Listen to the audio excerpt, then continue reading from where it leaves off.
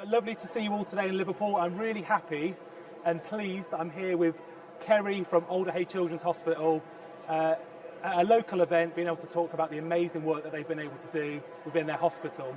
But just a little bit about Blue Prism. We're a software automation provider, and what our software does is it creates a pool of digital labour that emulates or mimics human beings in the workplace to free people up to do more. So our digital workers, our software robots, can log into any line of business application, any national system, ESR, ERS, log into any EPR, any PAS, System 1, EMIS, Epic, Cerner, etc. Log in, complete any objective process and log out.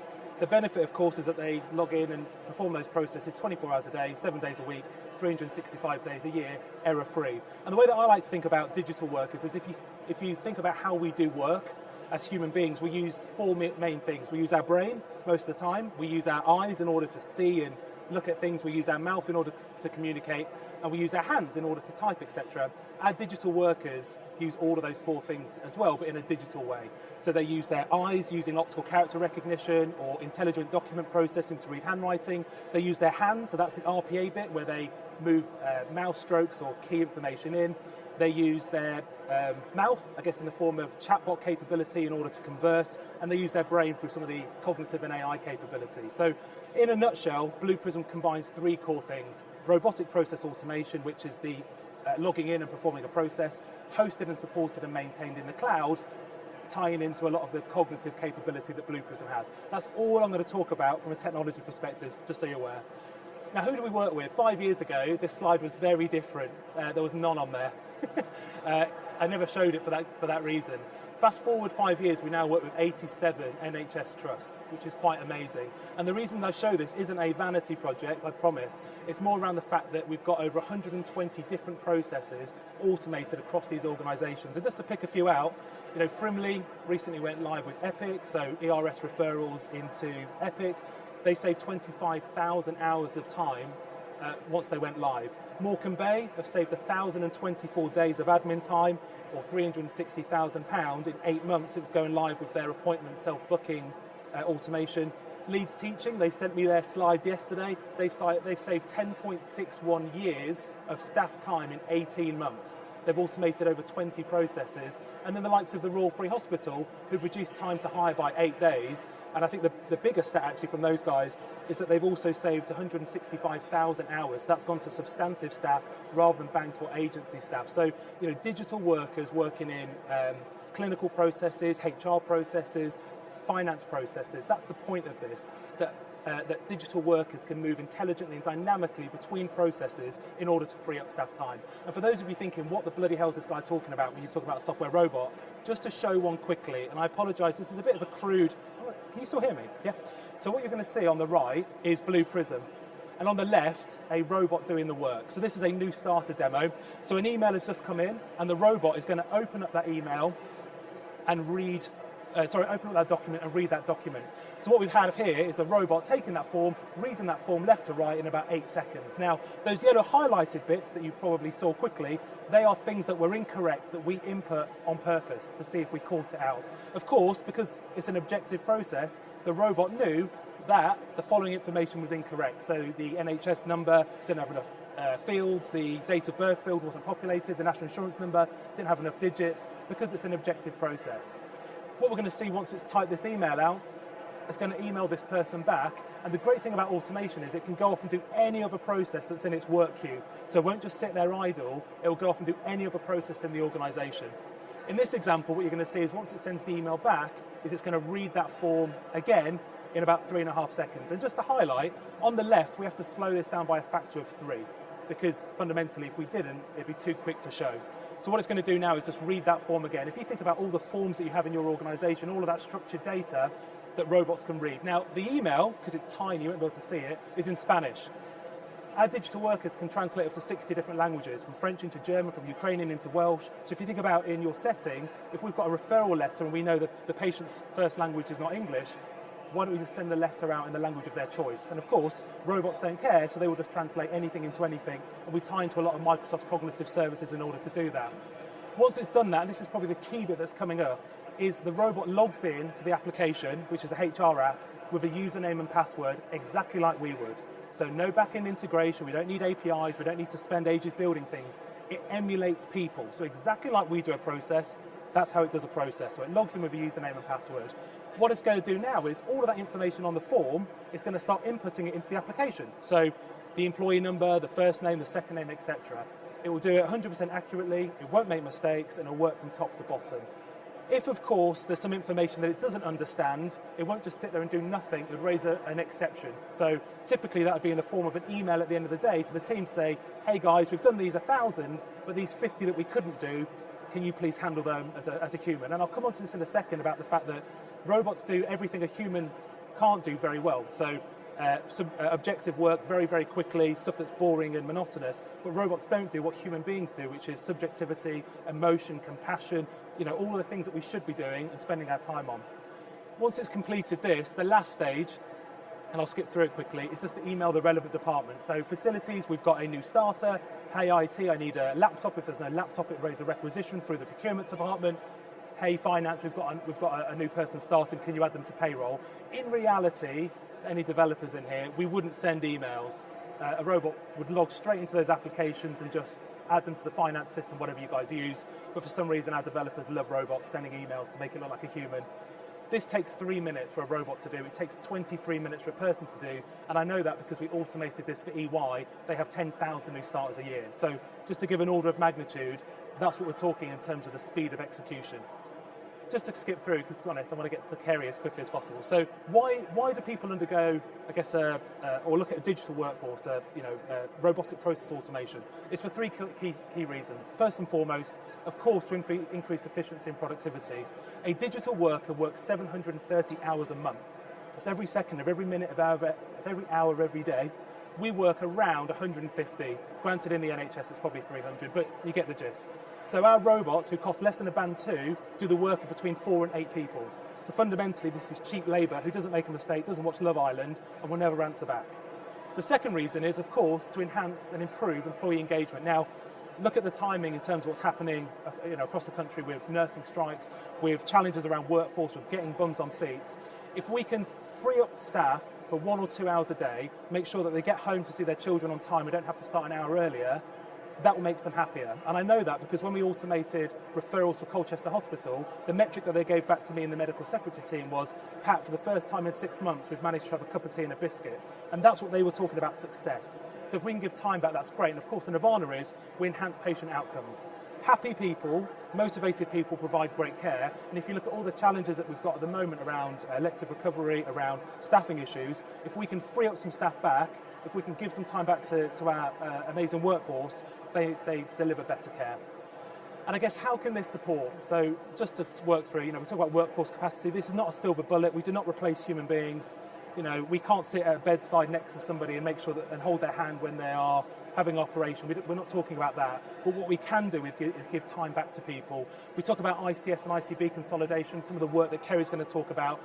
We can share a digital workforce, we can share a resource capacity to automate, and that's exactly what is happening across Yorkshire and across London, across Cheshire and Merseyside. That's absolutely the way to go. And of course, automations around elective recovery. Any objective process, if this then that, can be automated using a digital workforce. And just some high-level stats. We saved nearly 2 million hours of staff time last year. I could show you numbers around, monetary numbers that we've got a few of on here, but that staff time back, I was talking to Oxford Hospital last week. They've got 600 vacancies right now. They just can't fill those seats. So if all of a sudden you can give some time back in order to support some of that recruitment and making sure that we're giving staff time, then that's a great outcome for us. So just to talk about real world bits and not just some slideware, I want to pass over to Kerry, and hopefully this works. I'll give you the baton. I know, I'm hoping. There we go. Can you all hear Kerry, by the way? Can you all hear me okay? Yeah, it's very strange doing a presentation looking at you with headphones on. But just to give you, I think this is a nice slide actually. So we've had RPA Alder Hey for the last 2 years. And 2 years ago it was just myself. And I've set up the RPA programme, set up a team. We've now got a team of 10. So it's really nice to reflect on the achievements that we've done in the last 2 years. So we've currently got 15 processes live, And when I talk about that, I mean 15 actual real-life solutions as opposed to 5 processes that make up one solution. So we started off in April last year with our GP referrals process. So that goes into our ERS system, picks up the patient referral, logs it in our patient administration system, pops into the NHS spine, makes sure that the demographics are all accurate, uploads all of the documents into our patient administration system, then pops back into the RS system and closes it off so that we know that that's been completed. And then that means that it just goes along to our clinicians for triage to see whether they want to see that patient or not. And that was a really important one to go live, because when COVID started, all of our direct booking was switched off. So anyone that wanted to book an appointment via Choose and Book couldn't, which meant that we had a team of 2 frantically trying to scrabble 1,100 referrals a week onto the system. So it was really, really good actually. And it saved the team over 200 hours a month. And I'm really pleased to say that their staff satisfaction increased, and they asked us to do a couple more processes, which is a really good reflection that they were really happy with the RPA. So as the bookings moved back onto direct booking, there was then an appointment slot issue, so we went in, did an RPA for that to resolve that admin burden for them, and we've gone on to work with 4 other departments. So with our automation solutions team, we're actually part of the Innovation Centre at Alder Hey, which we're really lucky because it means that we can work with all of the innovative technologies. And as we're doing those, we try and think, how can we put RPA with that to give an entire intelligent solution? So we've worked with Power Apps with our HR team, who were really short-staffed. So we've developed a Power App that allows staff across the trust to request a contract change.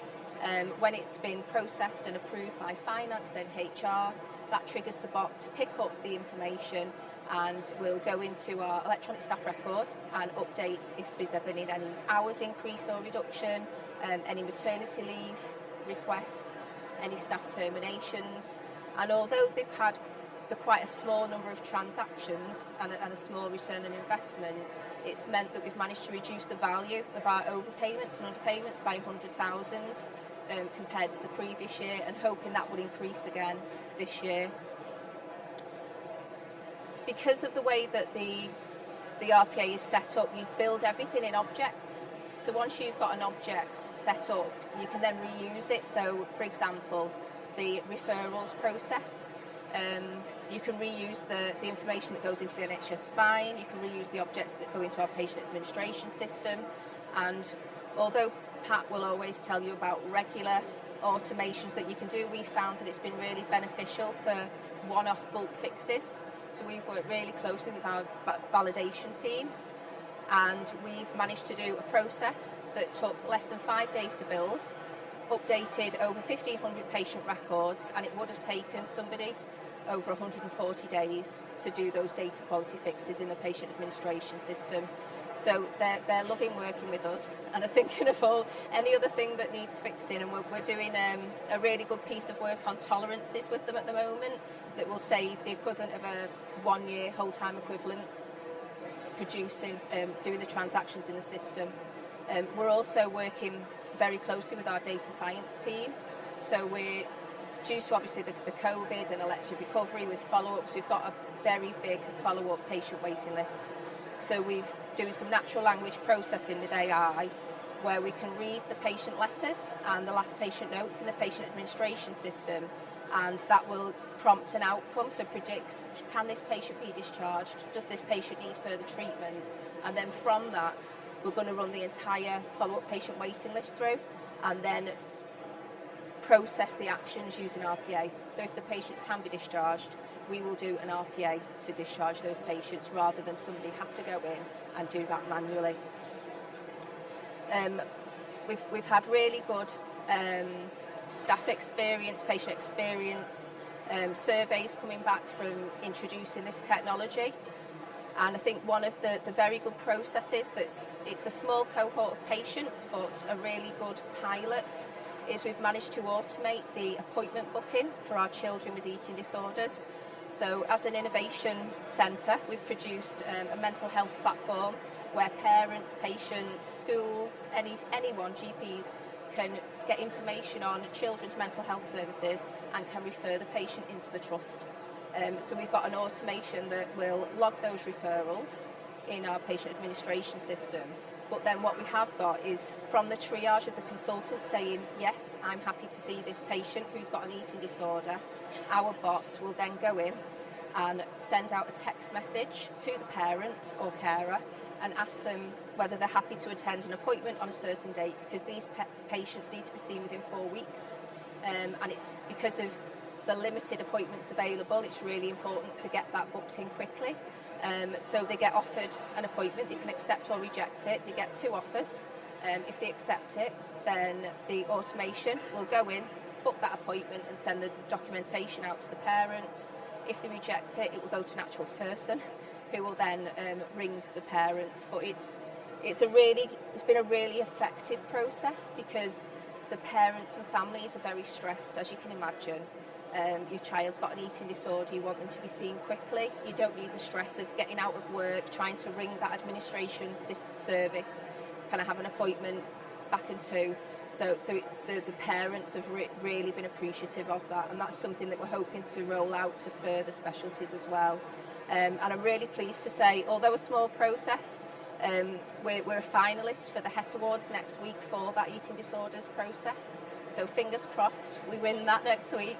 And I'm pleased to say as well, we've become an award-winning team within 18 months, which is fantastic. And Pat assures me that the Blue Prism Customer Excellence Awards are the thing to win. So we were absolutely delighted to win 2 of those awards. We got Best Newcomer, and then we got the People's Vote by Popular Choice as well, which is for a large region as well, actually, wasn't it, against private sector too. So absolutely delighted that we were able to do that. So in terms of what next, as I said, it started with just me 2 years ago. We've now got a team of 10, and we are now launching our regional cooperative. So we want to be a centre of excellence for the Cheshire and Merseyside region and offer our service to other trusts so that they can benefit from, the things that we've done wrong, the things that we've done right. And because we all use similar systems, if you think about your NEP for finance, your ESR for HR, it's good if we can offer that service and speed up automation for other trusts in the region so that we can share the objects that we've built, tweak them and implement them more quickly in other trusts. So we're offering a few different services, an entire RPA service where people don't need to think other than I'm going to buy Blue Prism and then I'm going to procure your services, and you can do all of the deep dive sessions, the analyst work, building the process, deploying it and then looking after it. Or we can just go in and build a process that somebody wants and then hand that over to whoever at that trust will be looking after it. And of course we want to make sure that we continue to maximise automation within Alder Hey as well. So in terms of some of the benefits of working as a regional cooperative, we work very, very closely with the Cheshire and Mersey ICS, and one of the important things is the economies of scale. It doesn't make any sense for us all to build the same process 10 different times in different trusts across the region, where if we've done it once, we can then share it with other trusts. If we build a process for other trusts, we can then use it ourselves and share it wider as well. And we also want to be able to do some system-wide processes, build a process once that can go across the entire region. In terms of resource, it's actually quite important to have an RPA developers hub, because when we've been recruiting, it's been very difficult. RPA developers are in short supply, and it's a very competitive market. So we've decided to do a training programme. So we've currently got a couple of sandwich students going through that training, and they've just finished the training and have been let loose on some processes, and it's going well so far. We've also got a couple of junior RPA developers that I'm really pleased to say worked in Alder Hey in other jobs, so they've now got a career change and a new career path as RPA developers, and they're also doing really well and really enthusiastic that they've been given that chance. And then in terms of knowledge sharing, like I said, you know, we have made mistakes.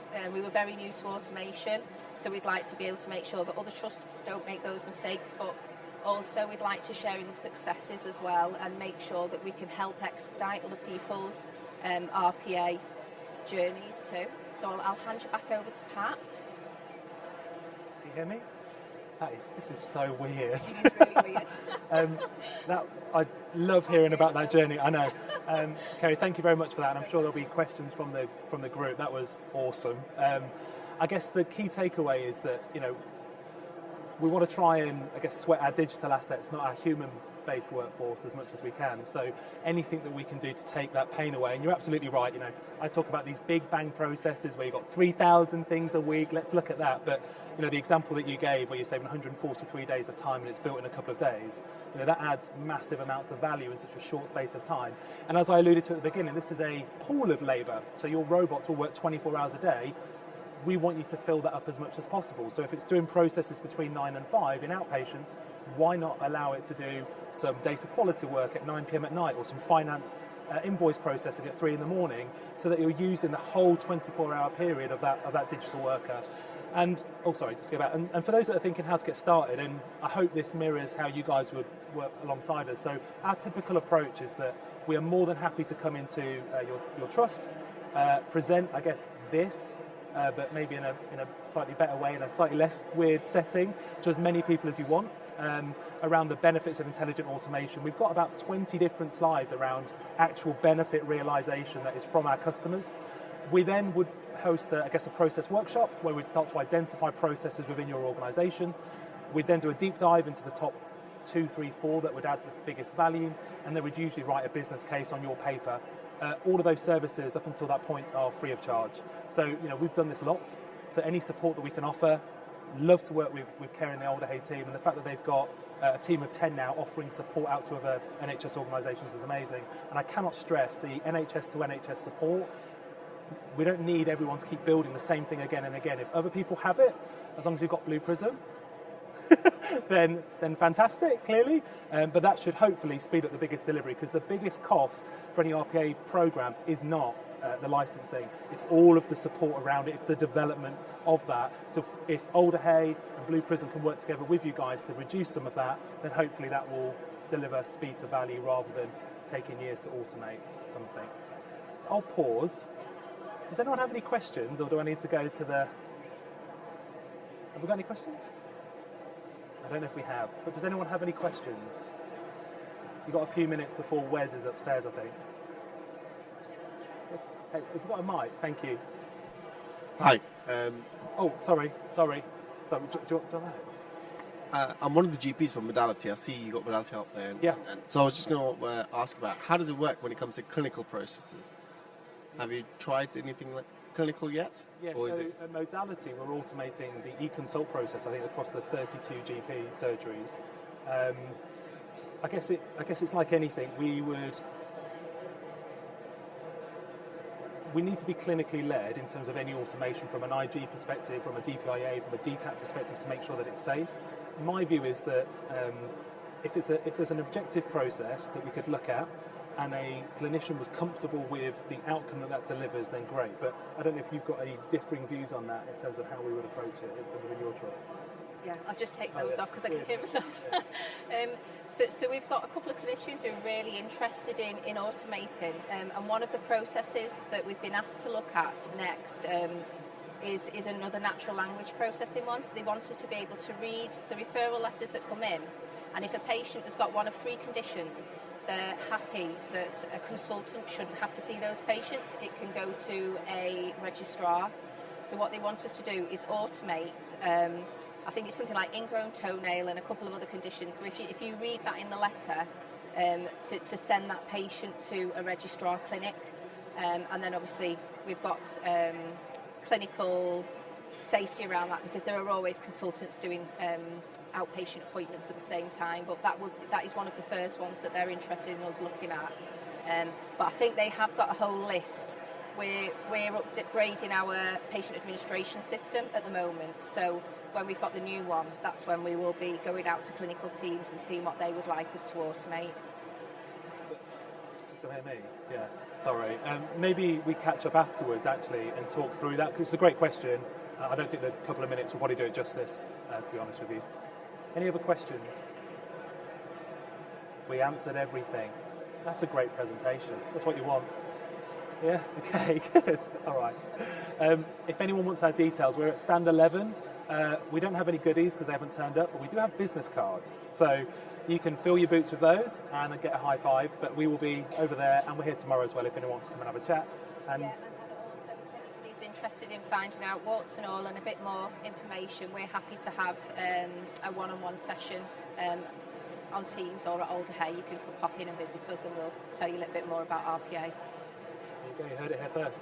Excellent. Well, thank you so much for joining. Have a great day, and thanks again.